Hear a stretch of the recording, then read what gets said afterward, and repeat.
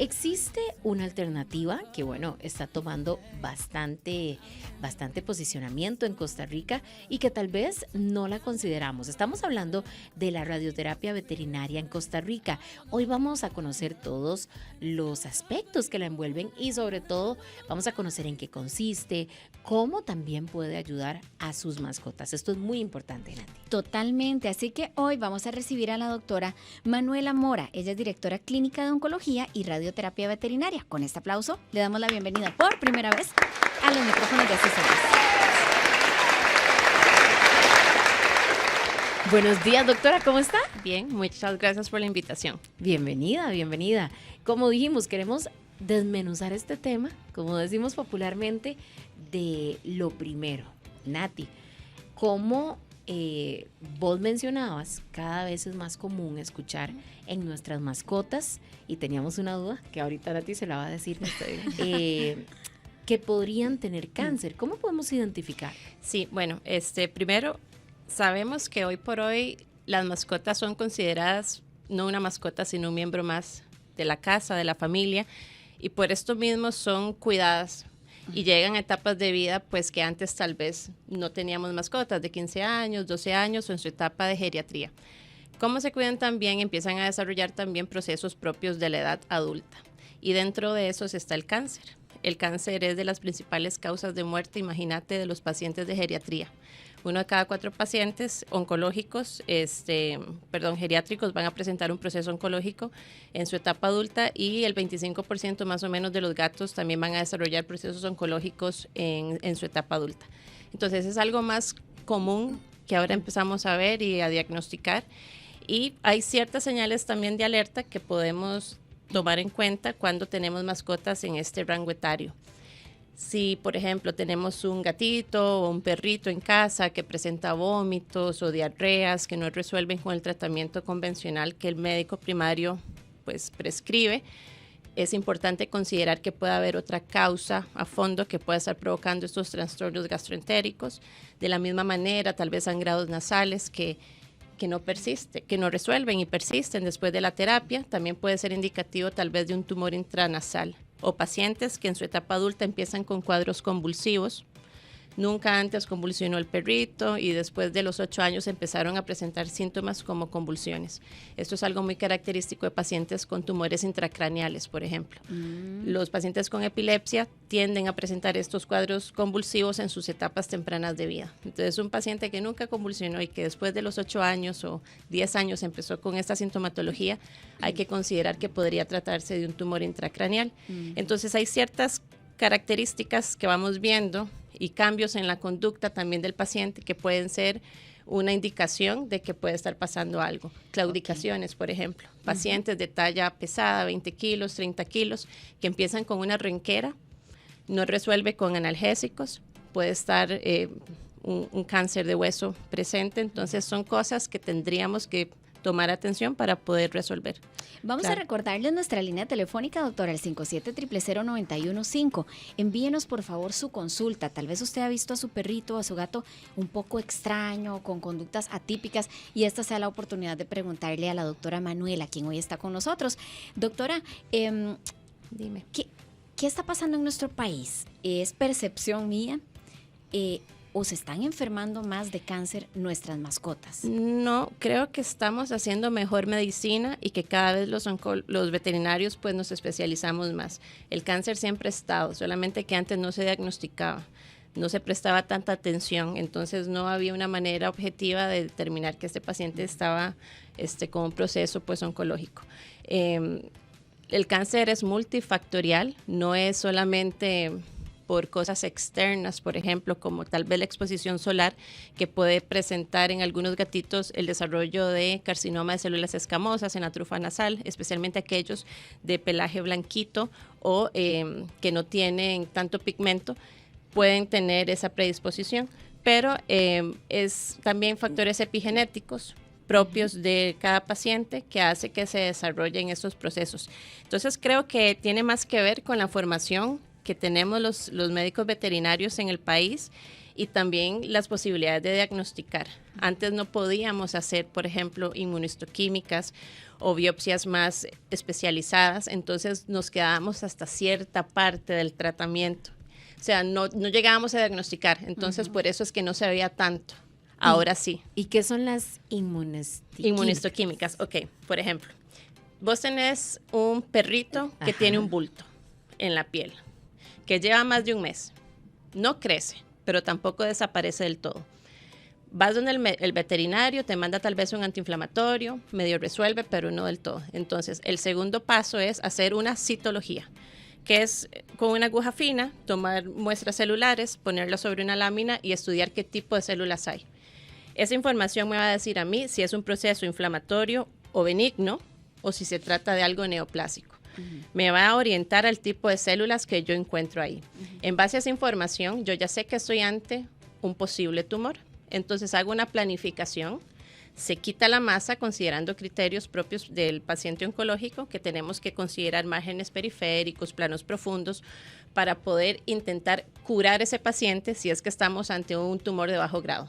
Una vez que nosotros quitamos esa masa, se hace una biopsia. La biopsia me va a decir a mí el tipo de tumor que es, pero muchas veces hay tumores que no son bien diferenciados y tenemos que hacer tinciones adicionales, que son la inmunistoquímica, que me va a poder decir a mí específicamente qué tipo, por ejemplo, de sarcoma es o qué tipo de carcinoma es. Entonces, antes no teníamos estas herramientas diagnósticas y tal vez nos quedábamos hasta la citología o hacíamos biopsias, pero no podíamos hacer diferenciaciones para poder saber ante qué nos estábamos enfrentando y si ese manejo de ese paciente después de un evento quirúrgico iba a necesitar complemento con quimioterapia o con radioterapia. No todos los tumores son quimosensibles, por ejemplo. Doctora, y justamente nosotros, que obviamente no tenemos todo el conocimiento que usted tiene, pero sí que estamos pendientes de nuestras mascotas, como dijo usted, que son miembros más de la familia, nos preguntamos, para estar pendientes de esas señales de alerta, ¿cuáles son los tipos de cáncer más comunes en las mascotas que se pueden tratar con esta radioterapia veterinaria, que ya vamos a entrar a hablar de eso? Sí, mira, la radioterapia está indicada especialmente en aquellos tumores de difícil acceso. Normalmente en oncología humana y veterinaria, los tumores siempre la primera línea de tratamiento va a ser la quirúrgica. Pero muchas veces tenemos tumores en zonas anatómicas que no nos permiten hacer una resección completa de ese tumor con la intención de curar ese paciente. Por ejemplo, tumores intracraneales. Es muy difícil acceder al cerebro de una manera efectiva y que no vaya a perjudicarle pues, la vida al paciente. Entonces, tumores que están dentro del cráneo, en el cerebro, son pacientes que vamos a irradiar. Esos tumores les va muy bien con la radioterapia. También tumores que están en cavidad nasal o en boca. A veces, como el plano profundo va a ser el hueso y no siempre tenemos el consentimiento de la familia para hacer una cirugía radical en donde yo le ampute la mandíbula al paciente. Una alternativa muy valiosa es la radiación, porque me permite tratar localmente ese tumor sin necesidad de hacer una cirugía radical. Otros tumores como los que están por ejemplo, dentro de la pelvis, los carcinomas prostáticos del macho, es una buena alternativa para dar radioterapia. O sarcomas de tejido blando, que son tumores de piel que no tienen sensibilidad a la quimioterapia, que son altamente recurrentes, o sea, se operan, vuelven. Esos son tumores que deberíamos irradiar para mantener periodos libres de enfermedad amplios.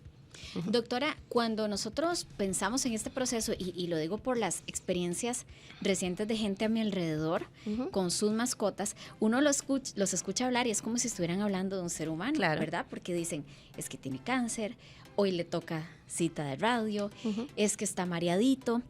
¿Qué secuelas o efectos secundarios tiene sobre nuestras mascotas, perros o gatos, también la aplicación de un tratamiento de radioterapia? Sí, mira, las mascotas son súper resistentes a los tratamientos oncológicos si se le compara con el ser humano. Decimos que tienen un 60% de mejor tolerancia a la radioterapia que una persona, igual la quimioterapia. Entonces es muy raro ver efectos adversos posteriores a una radiación. A diferencia de las personas, las mascotas hacemos protocolos que se llaman de hipofraccionamiento. ¿Esto qué quiere decir? Que hacemos varias sesiones durante la semana, a las personas las irradian todos los días, por ejemplo, con dosis tal vez un poco más bajas de lo que se recomienda tal vez en veterinaria. Pero como el paciente veterinario debe ser anestesiado para poder recibir el tratamiento y mantenerlo inmóvil, lo citamos algunas veces, 3 veces por semana, lunes, miércoles y viernes, o lunes y jueves, con la intención de que reciban la terapia de una manera pues más fraccionada, ¿verdad? Valga la redundancia, y no vemos esos efectos adversos. Igual las dosis que se usan son más nobles, entonces no es como las personas, son tratamientos que realmente lo toleran muy bien. Algunas veces lo que podemos observar es que cambia el pigmento del pelo, entonces en la zona de irradiación se pone blanco el pelo, pero es algo menor realmente. Okay. Puede haber mucositis, un poquito de inflamación de las mucosas, si se irradia algún tumor en cavidad oral, pero el beneficio supera claro, que los efectos adversos, que son limitados, la verdad, sí, no es tan común. Hoy estamos conversando acerca de la radioterapia veterinaria. Aquí en nuestro país ha habido pasos grandes en avances en esta materia y muchas otras especialidades que tienen que ver con la salud de nuestras queridas mascotas. Pero vamos a dar paso ahora sí a algunas consultas que ustedes nos tienen. Nos cuenta aquí una amiga que nos pide por favor omitir su nombre, por supuesto que así lo hacemos si usted lo desea. Nos cuenta que su perrita tiene casi 11 años y se engordó mucho, doctora. Dice que era muy delgadita y toma mucha agua. Pero hace unos meses atrás no sabe por qué le está pasando ciertas conductas diferentes. Ella desconoce si los perritos pueden desarrollar diabetes y nos hace esa consulta. Ella nos dice, antes le encantaba salir y ahora solo a hacer sus necesidades y con costo sale. Y cuando lo hace, regresa ahogándose. Sí, claro. Las mascotas, al igual que nosotros, ¿verdad?, pueden desarrollar un montón de dolencias y patologías. Es muy probable que tenga diabetes, incluso pueden haber otras causas. Hoy tenemos endocrinos que pueden hacer, pues, hablar mejor de lo que sería la diabetes insípida o mellitus en pacientes caninos, pero sí es una posibilidad. El hecho de que esté tomando más agua de la cuenta, que esté orinando más, es un signo clínico muy característico de un paciente con diabetes. Ok. Sí. Bueno, por aquí nos envían también un comentario, un saludo muy lindo, que agradecemos mucho a esta fiel radio escucha. Dice, es muy duro lo que están hablando, mi perrita tiene cáncer y yo no la puedo operar, estoy sufriendo mucho porque ella no es mi mascota, sino mi compañera, ya que yo vivo sola con la mascota, ¿verdad? El costo de la operación, nos cuenta, es muy alto, pero ella me ha demostrado mucha valentía. Sufro mucho, pues me siento culpable porque no la castré y ahora ella está enferma por mi culpa y no puedo hacer nada. Mi querida amiga, por favor, yo quiero que trate de revisar ese sentimiento inevitable, porque yo creo que uno, cuando es responsable de una criatura, animal o humana, pues claro, quiere ser perfecto. No podemos controlar todo, así que ojalá que ese sentimiento que usted siente lo trabaje, lo comience a transformar, porque doctora, las enfermedades no llegan y no avisan. Tengo muchos pacientes con carcinomas mamarios que fueron castrados o esterilizadas en su etapa temprana, o sea, no es que por no haberla castrado desarrolló el tumor mamario, o sea, incluso, o sea, sí recomendamos la castración antes del primer celo, eso baja mucho la incidencia, pero igual tenemos pacientes que los propietarios hicieron la castración en una etapa temprana de su vida, igual desarrollaron carcinomas mamarios. Son factores epigenéticos, o sea, sí hay una alta relación con la producción de hormonas, pero no necesariamente es solamente por eso. Entonces, sí, no, culpa no. Posiblemente igual iba a desarrollar el proceso, no sabemos, pero sí puede pasar igual. Ok. Doctora, ¿y cómo es el proceso de la radioterapia para nuestras mascotas? ¿Es dolorosa? Usted nos dijo que la recibían demasiado bien, sí, pero denos detalles, ¿cómo se maneja ese bienestar del paciente durante el proceso y sobre todo el control que le dan después? Claro, primero la selección del paciente es muy importante. No todos los pacientes que puedan necesitar radioterapia son candidatos para radioterapia. Entonces hay un proceso de selección y seguimos ciertos criterios de inclusión para tomar decisiones si vale la pena, en el sentido de que si la terapia va a mejorar la calidad de vida de esa mascota o no.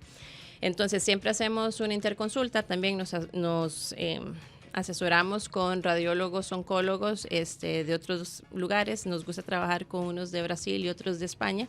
Entonces hacemos una interconsulta con ellos y contemplamos si ese paciente puede recibir la terapia o no.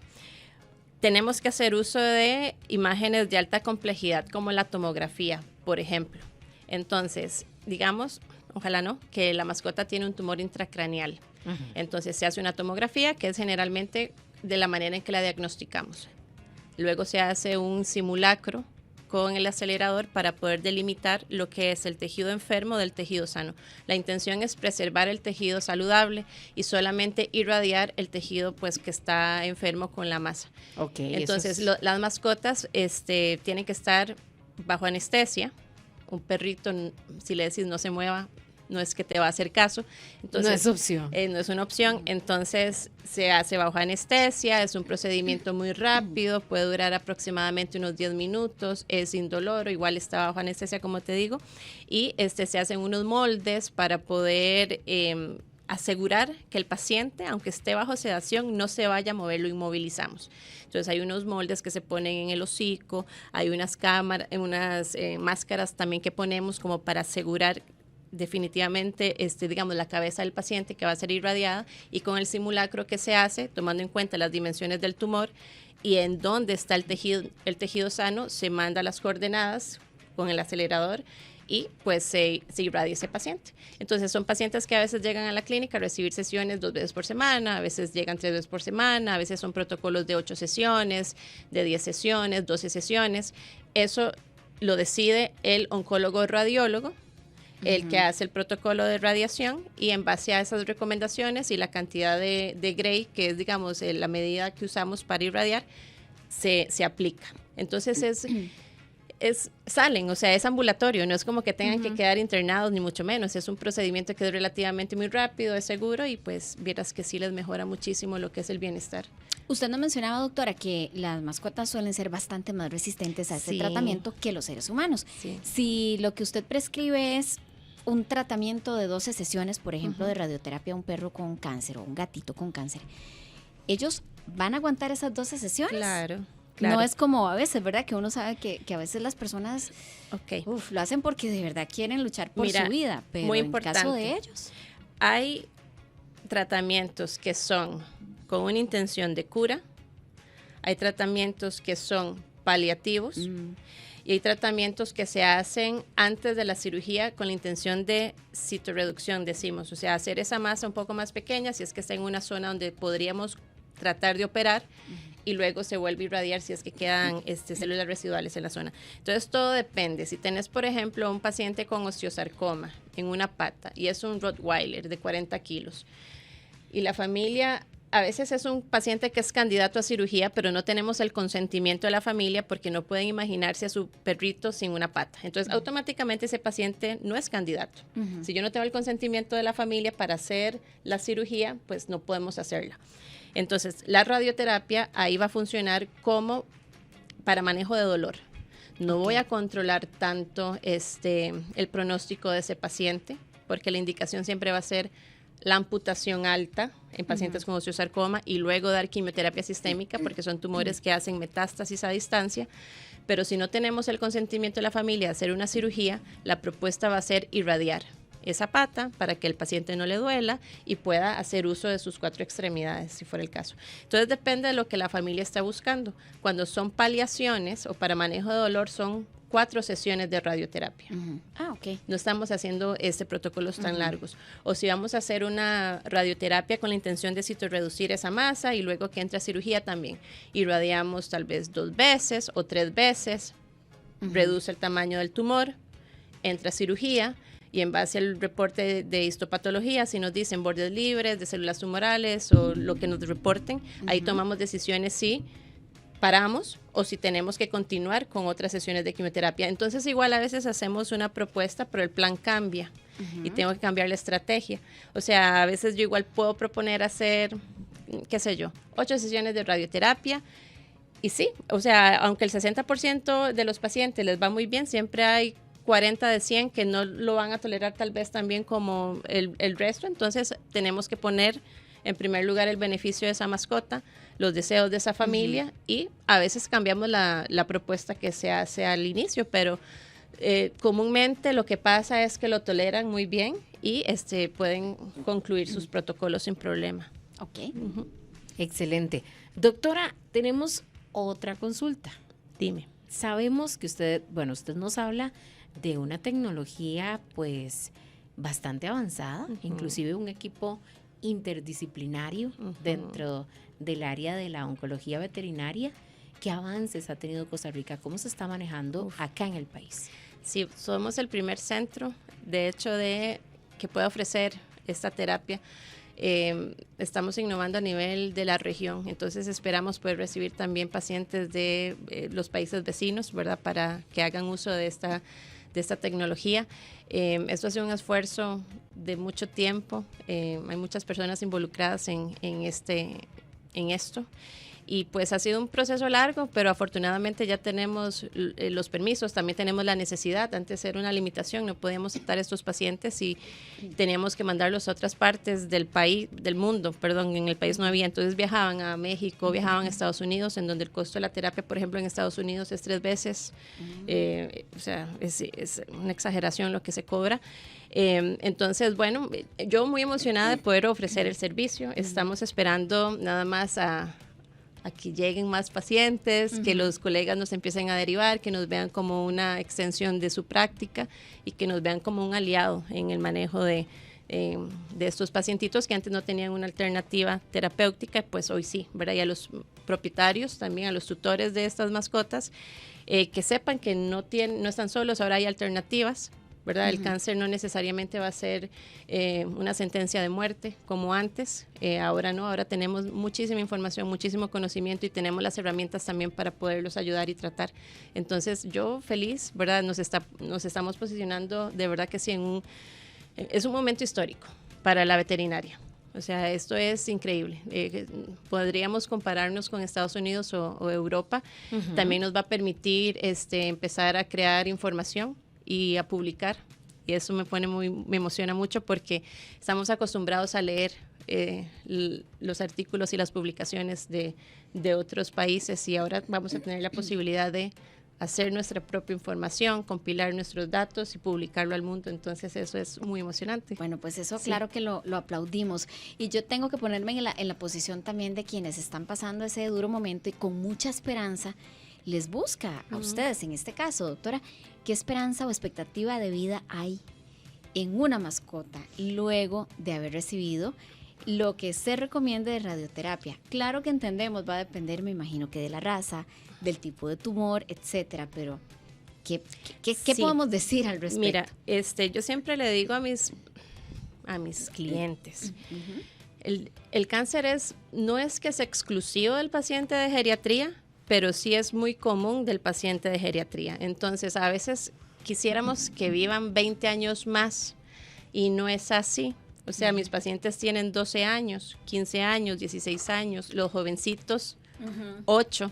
Entonces, depende del tipo del tumor, de las características biológicas y la agresividad de ese tumor, lo que nosotros buscamos es mejorar el bienestar general, la calidad de vida el mayor tiempo posible. Entonces, si yo tengo una mascota, por ejemplo, de 12 años, que aunque no tenga cáncer, no es que va a vivir 6 años más, porque está en su etapa de vida en donde ya empieza a desarrollar otros procesos crónicos.